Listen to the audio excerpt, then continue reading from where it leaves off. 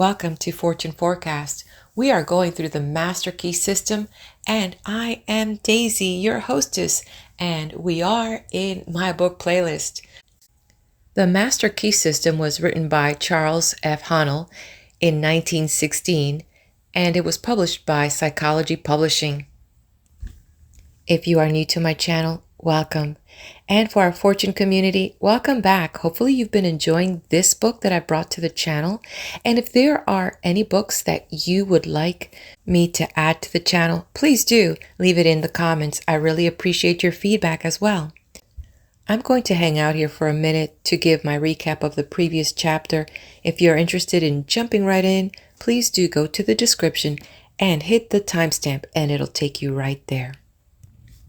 In the previous chapter, there was a scientific feel to it in the explanation of the electrons and the intelligence that's in these electrons. Additionally, one of the things that the author mentioned was that it is to the level of the understanding of the knowledge that's being imparted in this book is the level of results that we're going to get here in our day-to-day life. It touched up on the source of all energy. It started the conversation about the role of the electrons in the human body. And if we just stop for 1 minute, just 1 minute to contemplate the intelligence that's inside our bodies, the intelligence that makes hair grow, that reproduces, and that heals, without you and I literally being conscious of this, could you imagine if we would focus our thought to the healing of our body by directing healing thoughts to our system, to our energy, to our cells, to the parts of us that don't feel quite so well. And as my own testimony, several years back, I discovered tumors and the doctor told me that the cells had metastasized around the areas, pretty much kind of spread out, and now I had some on the other side. I could have chosen to have given into the collective fear, but I decided to take another path, another different approach. I used the power of prayer. I made some adjustments with my diet. I made a lot of adjustments with my thinking. It didn't happen overnight, but after 6 years, all the bumps and the lumps on my breasts disappeared. And that is not the only testimonial. But I'm not going to go to that in this video because we've got a great chapter ahead. And I say, let's jump into the next chapter and see what other golden nuggets we can discover as we begin to not only understand, but hopefully begin to use the Master Key System. Grab your coffee, grab your tea, and depending what time it is, grab your wine. All right, Part 15. Experiments with parasites found on plants indicate that even the lowest order of life is enabled to take advantage of natural law. This experiment was made by Jacques Locke, MD, PhD, a member of the Rockefeller Institute. Quote, in order to obtain the material, potted rose bushes are brought into a room and placed in front of a closed window. If the plants are allowed to dry out, the aphids, the parasites, previously wingless, change to winged insects. After the metamorphosis, the animals leave the plants, fly to the window, and then creep upward on the glass. End quote. It is evident that these tiny insects found that the plants on which they had been thriving were dead, and that they could therefore secure nothing more to eat and drink from this source. The only method by which they could save themselves from starvation was to grow temporary wings and fly, which they did. Experiments such as these indicate that omniscience, as well as omnipotence, is omnipresent, and that the tiniest living thing can take advantage of it in an emergency. Part 15 will tell you more about the law under which we live. It will explain that these laws operate to our advantage, that all conditions and experiences that come to us are for our benefit, that we gain strength in proportion to the effort expanded, and that our happiness is best attained through a conscious cooperation with natural laws. Part 15. Number 1. The laws under which we live are designed solely for our advantage. These laws are immutable, and we cannot escape from their operation. Number 2. All the great eternal forces act in solemn silence, but it is in our power to place ourselves in harmony with them and thus express a life of comparative peace and happiness. 3. Difficulties, inharmonies, and obstacles indicate that we are either refusing to give out what we no longer need or refusing to accept what we require. 4. Growth is attained through an exchange of the old for the new, of the good for the better. It is a conditional or reciprocal action, for each of us a complete thought entity, and this completeness makes it possible for us to receive only as we give. 5. We cannot obtain what we lack if we tenaciously cling to what we have.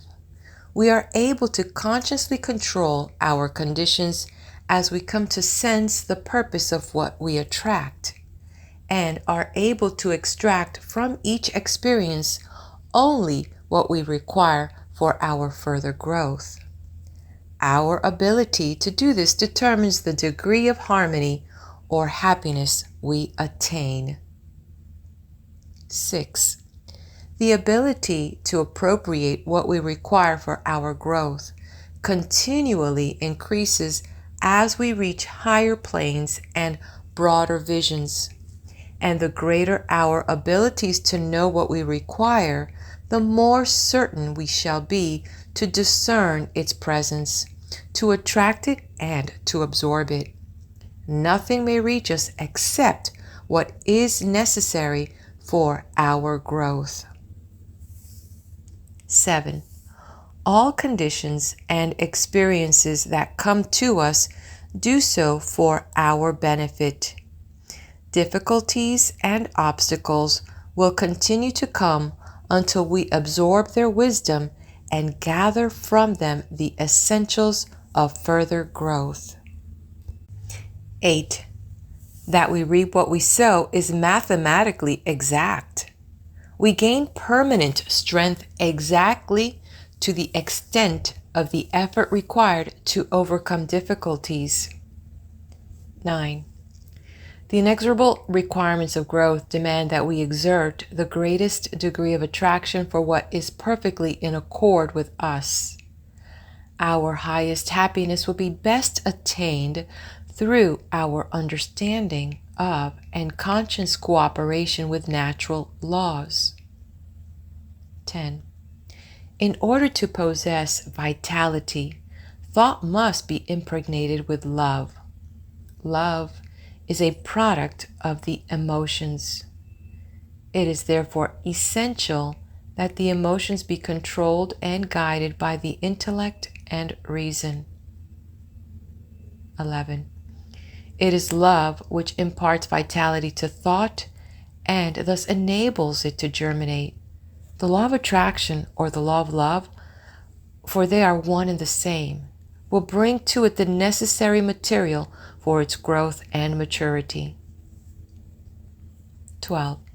The first form which thought will find is language, or words. This determines the importance of words. They are the first manifestation of thought, the vessels in which thought is carried. They take hold of the ether and by setting it in motion reproduce the thought to others in the form of sound. 13. Thought may lead to action of any kind, but whatever the action, it is simply the thought attempting to express itself in visible form. It is evident, therefore, that if we wish desirable conditions, we can afford to entertain only desirable thoughts. 14.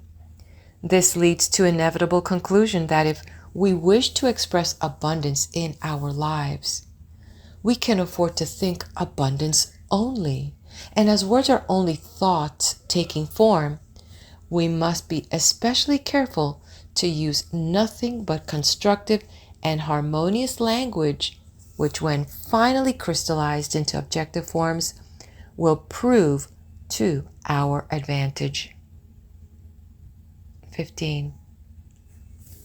We cannot escape from the pictures we incessantly photograph on the mind. And this photography of erroneous conceptions is exactly what is being done by the use of words. When we use any form of language which is not identified with our welfare. 16. We manifest more and more as our thought becomes clarified and takes higher planes. This is obtained with greater facility as we use word pictures that are clearly defined and relieved of the conceptions attached to them on lower planes of thought. 17. It is with words that we must express our thoughts, and if we are to make use of higher forms of truth, we may use only such material as has been carefully and intelligently selected with this purpose in view. 18.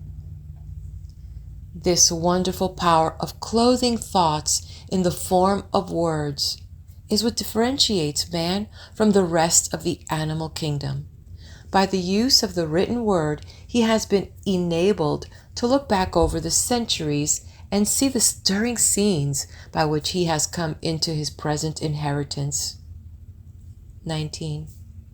He has been enabled to come into communion with the greatest writers and thinkers of all time, and the combined record which we possess today is therefore the expression of universal thought as it has been seeking to take form in the mind of man. 20.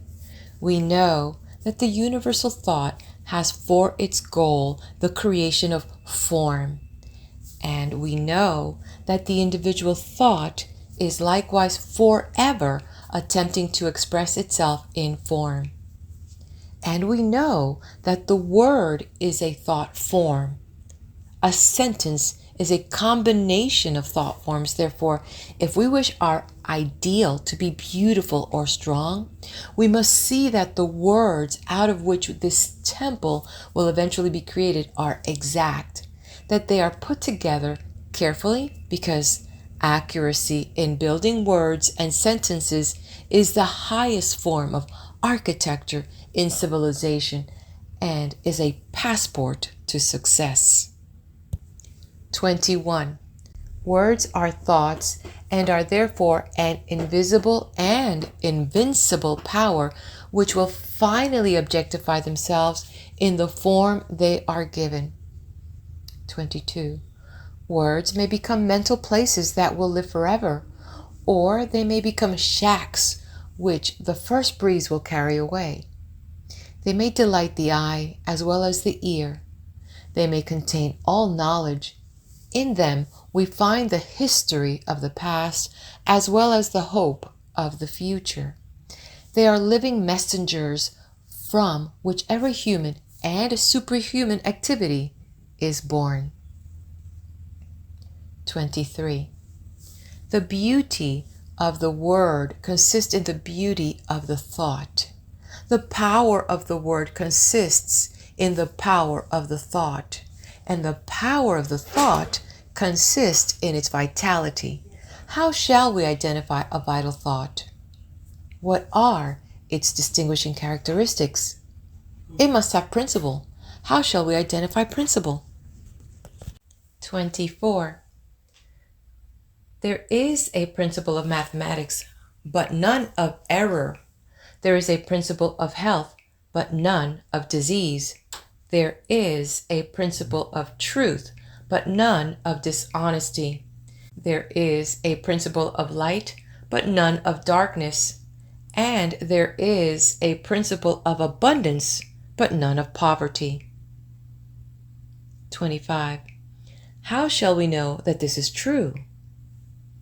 Because if we apply the principles of mathematics correctly, we shall be certain of our results. Where there is health, there will be no disease. If we know the truth, we cannot be deceived by error. If we let in light, there can be no darkness, and where there is abundance, there can be no poverty. 26. These are self-evident facts, but the all-important truth that a thought containing principle is vital and therefore contains life and consequently takes root and eventually, but surely and certainly displaces the negative thoughts, which by their very nature can contain no vitality, is one which seems to have been overlooked. 27. But this is a fact which will enable you to destroy every manner of discord, lack, and limitation. 28. There can be no question that he who is wise enough to understand will readily recognize that the great power of thought places an invincible weapon in his hands and makes him a master of destiny. 29.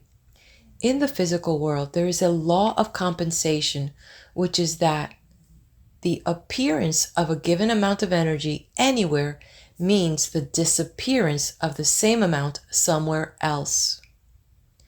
And so we find that we can get only what we give. If we pledge ourselves to a certain action, we must be prepared to assume the responsibility for the development of that action. The subconscious cannot reason. It takes us at our word. We have asked for something. We are now ready to receive it. We have made our bed. We are now to lie in it. The die has been cast. The threads will carry out the pattern we have made. 30. For this reason, insight must be exercised so that the thought which we entertain contains no mental, moral, or physical germ which we do not wish objectified in our lives. 31. Insight is a faculty of the mind whereby we are enabled to examine facts and conditions at long range, a kind of human telescope. It enables us to understand the difficulties as well as the possibilities in any undertaking. 32. Insight enables us to be prepared for the obstacles which we shall meet. We can therefore overcome them before they have any opportunity of causing difficulty. 33. Insight enables us to plan to advantage and turn our thought and attention in the right direction, instead of into channels which can yield no possible return. 34. Insight is therefore absolutely essential for the development of any great achievement, but with it we may enter, explore, and possess any mental field. 35. Insight is a product of the world within and is developed in the silence by concentration. 36. For your exercise this week, concentrate on insight. Take your accustomed position and focus the thought on the fact that to have a knowledge of the creative power of thought does not mean to possess the art of thinking. Let the thought dwell on the fact that knowledge does not apply itself, that Our actions are not governed by knowledge, but by custom, precedent, and habit. That the only way we can get ourselves to apply knowledge is by a determined conscious effort. Call to mind the fact that knowledge unused passes from the mind, that the value of the information is in the application of the principle. Continue this line of thought until you gain sufficient insight to formulate a definite program for applying this principle to your own particular problem. A quote by Horatio Bonar.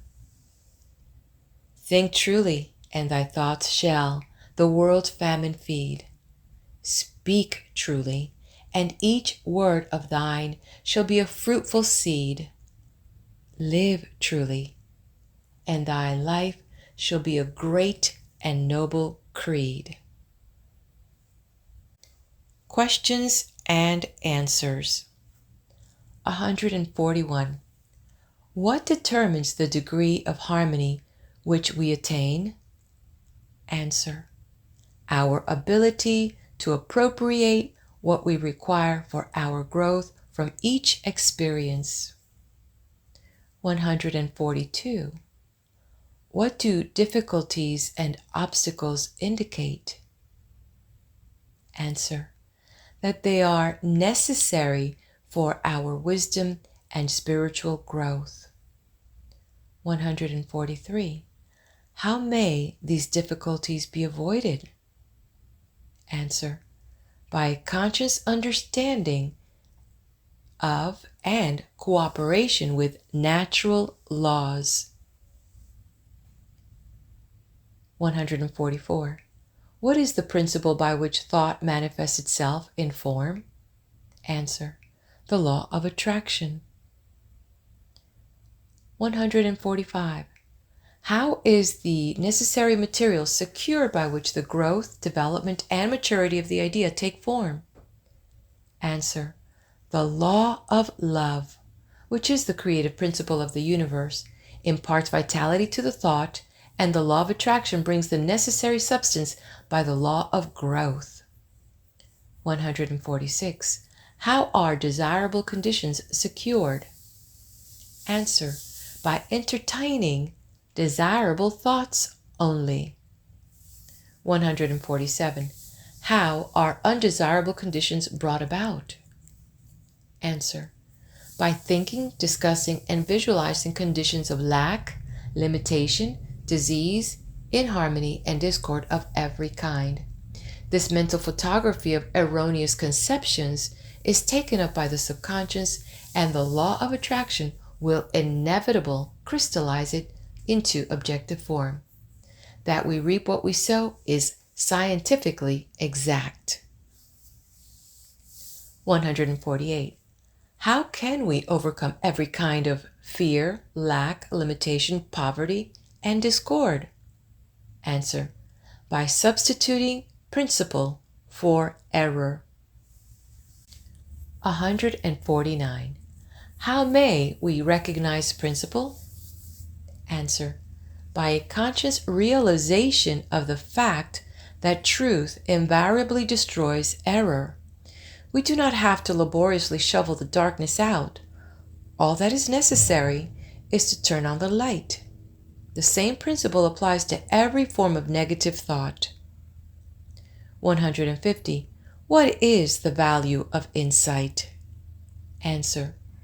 It enables us to understand the value of making application of the knowledge which we gain. Many seem to think that knowledge will automatically apply itself, which is by no means true. To every man there openeth a way, and the high soul climbs the highway, and the low soul gropes the low. And in between the misty flats, the rest drift to and fro, but to every man there openeth a highway and a low, and every man decideth the way his soul shall go. And this concludes part 15. Head over to the next video where I will be there with part 16.